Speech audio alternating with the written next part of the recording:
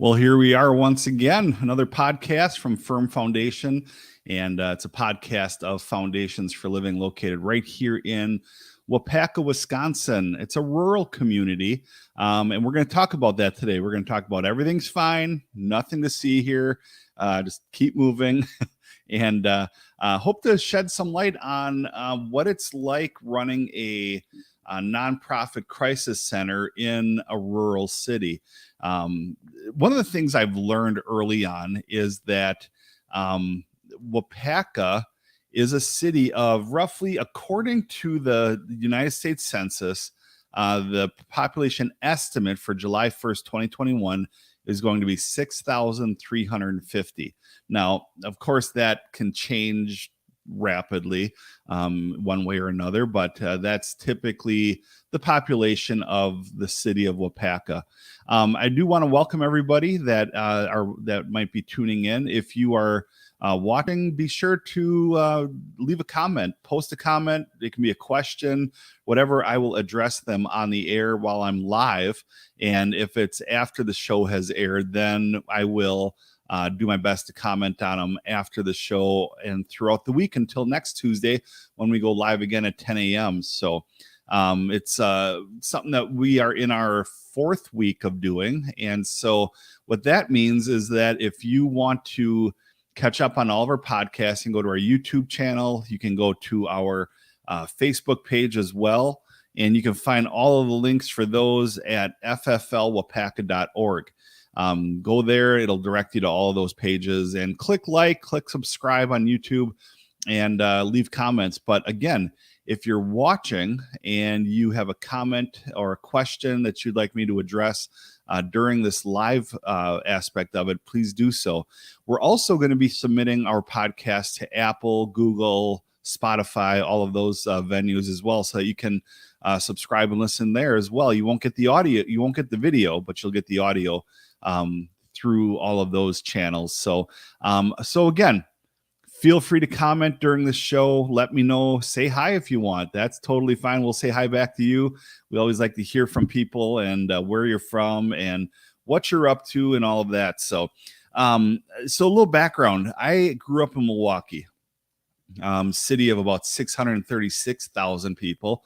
And so it's a large city. I grew up coming to Waupaca every summer. It was a Bible camp down the road that I attended, and was a really good time.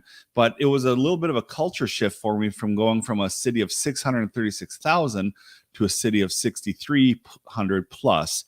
And so by all rights, Waupaca is considered a rural city and a rural community because of the smaller population. Now, what I've noticed over the years and what people have come to point out to me is that they deal with the same problems, same issues as the big cities. And that's true.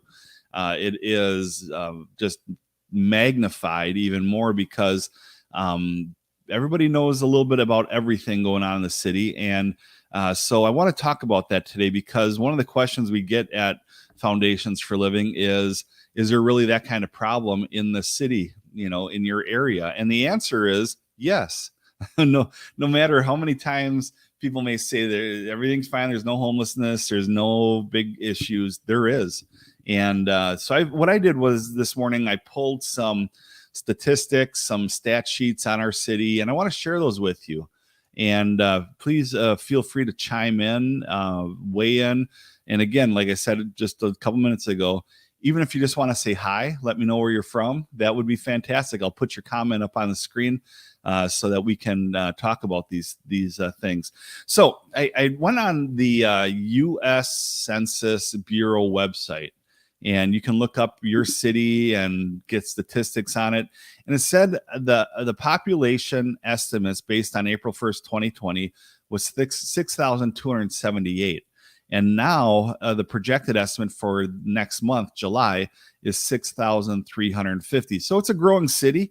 Some of the things I've heard over the past couple of weeks is that it's a city that over the next 5 years or so is going to perhaps even double in size. And I don't have any info on that. I can't confirm that, but maybe there are things in the work, such as new businesses coming to town, new retailers, and those sort of things. So those projections, again, are just something that I've heard, and it was worth mentioning because we are a growing city.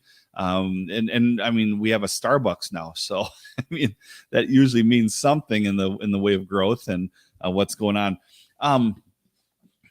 In the city, what we do here is we have a crisis center, we have a warming shelter, we have a thrift store, and this is all here so that we can get people to the help they need. You know, whether they've experienced a house burning down, job loss, right out of people coming out of jail, or just some other difficulties in life. There's a lot of situations that play into a smaller city. And again, being in a bigger city, you know the problem is there, but you don't see it sometimes as much unless you watch the local news and stuff like that. Here, it's magnified because in a smaller city, you deal with these things firsthand. If you attend a church or own a business or whatever the case may be, you're inevitably going to be confronted by people that are struggling mentally, physically, substances, you know, whatever the case may be, they'll be struggling. In the city of Waupaca, what I found interesting, and I'll go back to my the Wisconsin Uniform Crime Report. This was based off of 2020. It says here that in the city of Waupaca, there were 334 offenses committed in Waupaca during the calendar year of 2020. There were 340 victims.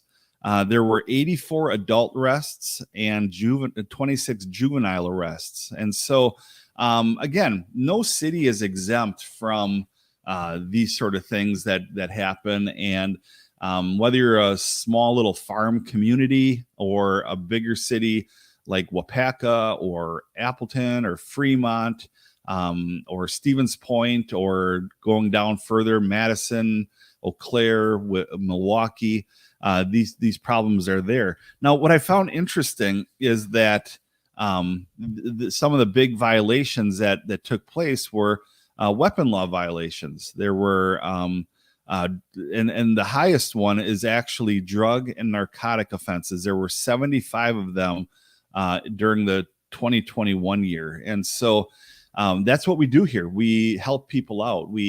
I throw those statistics at you to say there's a problem.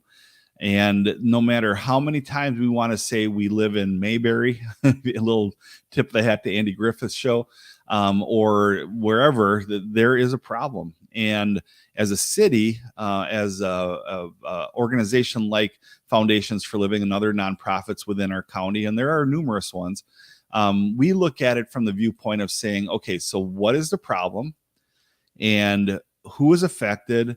And then what can be done? Because it can be very simple to just say, what is the problem, and leave it at that. Okay. And that's not what we do here. That's what we don't do. That's what a lot of nonprofits don't do, is they don't just leave it. Here specifically, I can speak to the fact that when they come in, they're going to get help they need immediately. We're a crisis center, so that's what we do. And again, I just want to back up a little bit. If you're watching and you want to comment, please do so. I'll put it up on the screen. And if it's a question, I'll address it. If it's a comment, we'll read it. If it's just a simple good morning, that's great too. In the city of Waupaca in 2020, there were the following drugs were recovered in this city. Methamphetamine, prescription pills were a big problem. Marijuana, heroin, cocaine, LSD, not as much, but still a problem. Mushrooms, 6.3 quantity, and I won't go into the whole explanation on that. Drug paraphernalia, that was pretty high, and then 26 methamphetamine paraphernalias confiscated. So the highest one, though, was marijuana. And what we do with that is we say, here's the problem. Now, you can do a simple Google search, no matter what city you're in, no matter what you are looking for, and just simply type in stats for given city name. And those numbers will show up, and you can see exactly what has been going on here. When there is a problem like this, the first thing we start doing that I've seen on social media, websites and stuff, is comparing it to other cities. Okay. Well, some might say, and I've seen it, we don't have a bigger problem as Milwaukee. Some will say we're becoming like Milwaukee. Okay. And there's some truth to that. Bigger cities have bigger problems. Um, but some will say we're becoming Milwaukee. We're like Milwaukee. And to that, as a veteran of the city of Milwaukee, and growing up, living there for, oh my goodness, 30 years, I can honestly say we're not like Milwaukee. Okay. The crime rate is nowhere near what Milwaukee is. But however, you have to be able to look at these numbers that were presented by the Census Bureau, the police report, and others, and say, okay, so we're not at the level of Milwaukee, but what is the problem per capita? That's when we start realizing, okay, so we don't have the 1,000 or 2,000 busts regarding drugs and paraphernalia and stuff like that, but we do have a pretty high number. And when you look at the stat of marijuana, for instance, that stat is very high. And so per capita, there's a pretty serious problem in our city. And this can apply to any city that you live in, regarding, if you look at it per capita. If you say, we had, what was the number here? It was 84 arrests. Let's look at this number here in the Wisconsin Uniform Crime Report. It says here that there were 84 adult arrests, 26 juvenile arrests, 110 total arrests happening. Well, honestly, that is a high number considering we're in a city of 6,300 people. That's a pretty high number. And so, to brush it under the carpet, to say there is no issue, that's really not the answer to any problem. But to look at it and say, what can we do, is what we need to do.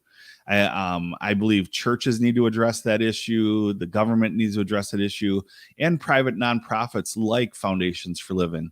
So when people start struggling with those areas, we can look at it from a couple different viewpoints. And I personally have looked at it from probably most of these viewpoints. First one is simply, what's your problem? Okay. And I wish the answer was as easy as, oh, I lost my job, so I am turning to substances. That's not always the case. There is a lot of reasons why a person goes down this path into substance abuse, addictions, and to just broad stroke it as, well, you need to get your life together. Okay, I get that, and a lot of people get that, but how do we get that? How do we help people in these situations? First of all, admit there's a problem. Okay, looking at our city specifically of Waupaca, we look at it and we say there's a problem. Okay, so we've addressed that. There is a problem. Now, number two, what can we do about it? The old adage, the cliche, is that people that want to get help will eventually get better, or will be on the road to get better. You have to want to get better. I get that as well. However, what resources are out there to help these people out? And that's where Foundations for Living comes in. We have programs that take place. I just had my friend Vito in here yesterday. Vito is a guy from the Rockford, then Janesville, then Madison area that has moved to the Waupaca area. And he's one of our teachers for a course we call Changes. And this is a fantastic course to help a person navigate life and make wise decisions to get back on their feet again. We have other programs here at the center as well that genuinely help people out so that they can find the help they need. We have a Bible study here on Thursday nights for men. It's called Lads. And this is a group that is always open to new people coming in. We have our facilities are open to AA, okay, Alcoholics Anonymous. So there's a lot of programs in a place like this that when we look at it, we say, why do we have these programs? Because there is a problem. Waupaca is beautiful. There's the chain of lakes. There's all the country side that you can go through. When I was growing up in Milwaukee, there was a sports show called the Milwaukee Journal Sports Show. Then it became the Milwaukee Journal Sentinel Sports Show. I don't even know what it's called now, if it's still even around. But a lot of the pamphlets for vacations in Wisconsin came from the Winneconne, Fremont, Waupaca area. And you looked at it and you're thinking, this is beautiful. This is fantastic. And it really is. I mean, some of the best bass fishing I've experienced is in this city. However, there is that portion, there's that element of, okay, that no city, no community, no village, anything is exempt from the hardships of life. And we need to look at it through the eyes of compassion. We need to be able to look at it and say, what brought you to this point? Okay. And once you start finding out things about people, it could be a job loss. Okay. That's huge. Okay. You lost your job, funding is dried up. Now what do you do?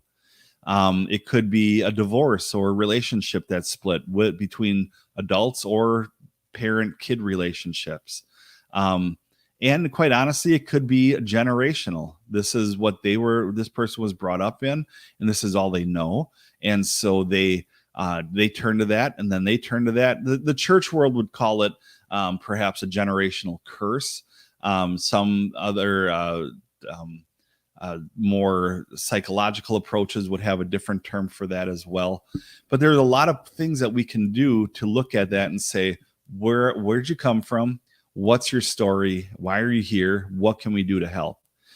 As I've stated before, Foundations for Living is a crisis center. So when somebody comes in here, I always go back to this story specifically. A couple weeks ago, probably a couple months ago, we've had a couple of families come in because they lost everything in a fire. Their house or mobile home went up and they lost everything. And what we are doing then is saying, okay, so what's the issue? What do you need? And we help them. So we have the crisis center, which is just on the other side of this wall. And we hear their story. We want to know what they have, what they need. And if it's material things, we'll give them a voucher to the thrift store so that they can get clothes, kitchen appliances, small kitchen appliances, shoes, whatever the case may be. We have our warming shelter, which also has our food pantry in it, which also has other things in it as well. So people can get hygiene products or food or these sort of things to help them in their immediate need. Up front, we work in collaboration with the Salvation Army. So there is the element of, I need help with utilities. I need help with gas. I need help with food. And that's where the vouchers are issued then at that point as well. Rent money, whatever the case may be. We are here to help people out. So, the biggest thing a city can do is to simply go on the internet, look up the statistics. This one's from the U.S. Census Bureau. You can look up your city and you see all of the statistics for instance, it breaks it down to race. It breaks it down to families and living arrangements, computer and internet use, even households with a computer percentile from 2016 to 2020 in the city of Waupaca is 88.2% of our population. And I find that quite interesting. Businesses, geography, there's the Wisconsin crime reporting. You can look that up because the best way to understand a city or a community and what they're going through is either number one, visit with the police chief. I am a police chaplain in our city, and I can tell you that our police chief is just a great guy. He'd be willing probably to sit down with most people or his staff and say, these are our greatest needs. This is what's going on in our city. Because again, if you remember, as I was going to say before and again, everything is fine, or so it seems, but it really isn't. There was a movie that came out, if I had to guess, maybe 6 years ago, could be more, with Robert De Niro in it. And the movie was called Everything is Fine. And the thrust of the movie was all three of his kids were living different lives in different geographical locations. And they all reported back to him, and they moved away. The mother passed away. And so it was just him, and they'd all send back these positive reports of what's going on. And one son would say, I made it to Broadway. I'm on Broadway. I'm a part of these plays. And all of that. And so the father finally said, okay, great, this is awesome, let me go and visit my kids. And so he started booking tickets to go visit his kids, and come to find out, his son, for example, was he's on Broadway and he's working with all the plays, but he's a low-end custodial person in the theater. And it was eye-opening to him. He went and saw the other kids, and there was marital issues there. He went and saw another one, and there was something else there. And basically it was a coming together story of him helping his kids get back on their feet again, because not everything is okay. Not everything is all right. And we have to be able to look at that. Now, I am a pastor of a church here in town, at Radiant Fellowship. And, and I, along with many other great churches in town, and there are plenty of them, there are a lot of good churches, they step back and say, okay, so what can we do to address the issue? We have the Lakes. They have a Project Backpack program for kids that need stuff for school. There are there's another organization like ours just up the road called the Wapaka Food Pantry. So there's a lot of different people stepping up to do things, but it always takes more people, and it always takes people in a city, especially like beautiful Wapaka, because it really is a charming city, to say, basically, I'm taking the blinders off and I want to see what really is going on so that I can make a difference in my community. Because a community-minded person really will say, okay, there's a drug issue. What can I do to help eradicate this issue in my city? A person that is well-to-do or living well within their means and making a difference might look at it and say, okay, the poverty rate is kind of high in Wapaka. And I have that number here somewhere, but I would have to flip through pages, and quite honestly, that's kind of boring for a podcast for a person to do that. But what is the poverty rate? Okay, so we find out what the poverty rate is, and then we ask the question, what can I do to address that issue? A lot of times, it's not reinventing the wheel, okay? I've been guilty of this as a pastor. I tried to reinvent the wheel a few times on different community events, different community things going on. And come to find out, for instance, Foundations for Living is doing it. I've only been here since October of last year, but I can tell you, with the Foundations Fest coming up, and I'll put a little graphic up on the screen of what that is. That's coming up on Saturday, August 6th. Now, what this is simply a way for us to serve the community by giving out free school supplies to parents that might need a little help this time of year. We'll have a bounce house, live music from the Refinery Church, Radiant Fellowships providing the meats for the cookout, and it's free to the public. And so we look at those sort of things and we say, okay, instead of reinventing the wheel, maybe what I should be doing is getting behind these organizations like the Wapaka Food Pantry, Agape, Foundations for Living. And I'm going to also point out, a lot of people would say, I don't have time. Okay. And I get that. You're a business owner. You're busy with other things. Then the other way you could get involved in is simply making a donation to a charity, a foundation, an organization of your choice, because that will be put to great use to help with the issues of the city. But it really comes down to us in the community saying, okay, I need to just take my blinders off and look at it and say, there is an issue. I'm going to go one step further, just because I'm a pastor as well. I'm going to say, as Christians, we need to look at the parable of sheep and goats in Matthew chapter 25 and say, okay, that passage says, whatever I've done to the least of these, I've done unto God. And so that should be the octane you need in your tank to basically look at what is going on and say, I need to do this. This is what we're called to do. If you're a Christian, this is what we're called to do. If you're not a Christian and you just have a good moral compass in place, it's just being a good person saying, I need to help my fellow brother, my fellow sister. Because honestly, in weeks to come, maybe even next week, you're going to hear from one of our guys that is brought on staff each warming shelter season to talk about these issues in our warming shelter.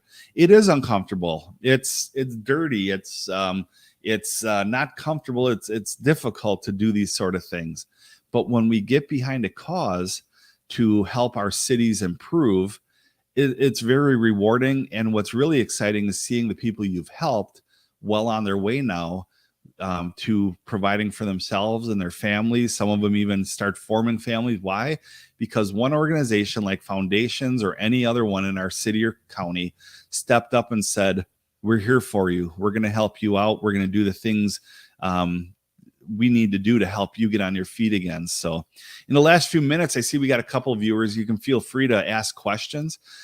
Just all you got to do is comment and it'll pop up on the screen, and I would be happy to field those for you. And that way it's an ongoing conversation. But I do want to point out once again, we're going to be on all podcast channels here very soon. And so watch for them there. Share these podcasts and like them, subscribe on our YouTube channel. And that way you can stay up to date with what's going on. So next week, I'm going to be talking about our warming shelter and what that entails. And I'm going to have a guest with me in a pre-recorded segment, but I will be live during that show. And so I want to invite you to join us for that so that you can hear about what's going on. Because just like when we say there's no drugs, there's no problems in Waupaca, everything's fine, or whatever city you live in. Sometimes it's a little bit of a reality check saying, oh, there is. And that's what I want this guy to talk about, is the problem of homelessness in Waupaca and how that can relate to all of our other cities as well. No matter where you're watching from, no matter what you're doing, you can always find a way to help people, to bless them, and to help them get back on their feet again. And so look forward to hearing from you. If you want, visit our website, fflwaupaca.org. All of our audio versions of this podcast will be posted there. But certainly, if you want to stop in for a visit, you can get a tour from Val, our office manager, Jill, our projects coordinator, Michael, our assistant director, or myself. We'd be happy to show you around the area. Maybe you'd want to get involved and volunteer. Also, you can call us at the center, 942-2725. And lastly, if you're going to attend the Manawa Rodeo Parade or the Waupaca 4th of July Day Parade, watch for us. We're going to have a float in there. At the Manawa Parade, we're going to be throwing candy like crazy off the back of the... Actually, it's rolling now. I know you don't want anyone to get hurt. Back when I was a kid, you'd usually get a Hershey bar upside the head or something. And in the Waupaca Parade, we're going to be one of the first floats giving out bags that kids can then use for the rest of the parade to put their candy in. So if you're like me, I have a 6-year-old, a 13, and a 14-year-old. You forget the bags at the parade, and the kids end up having to use their shirts as a candy carrier. So we're going to be giving out bags for that. So joining me next Tuesday, I'll have a special guest with me, and we're going to talk about homelessness. So I hope you have a fantastic week.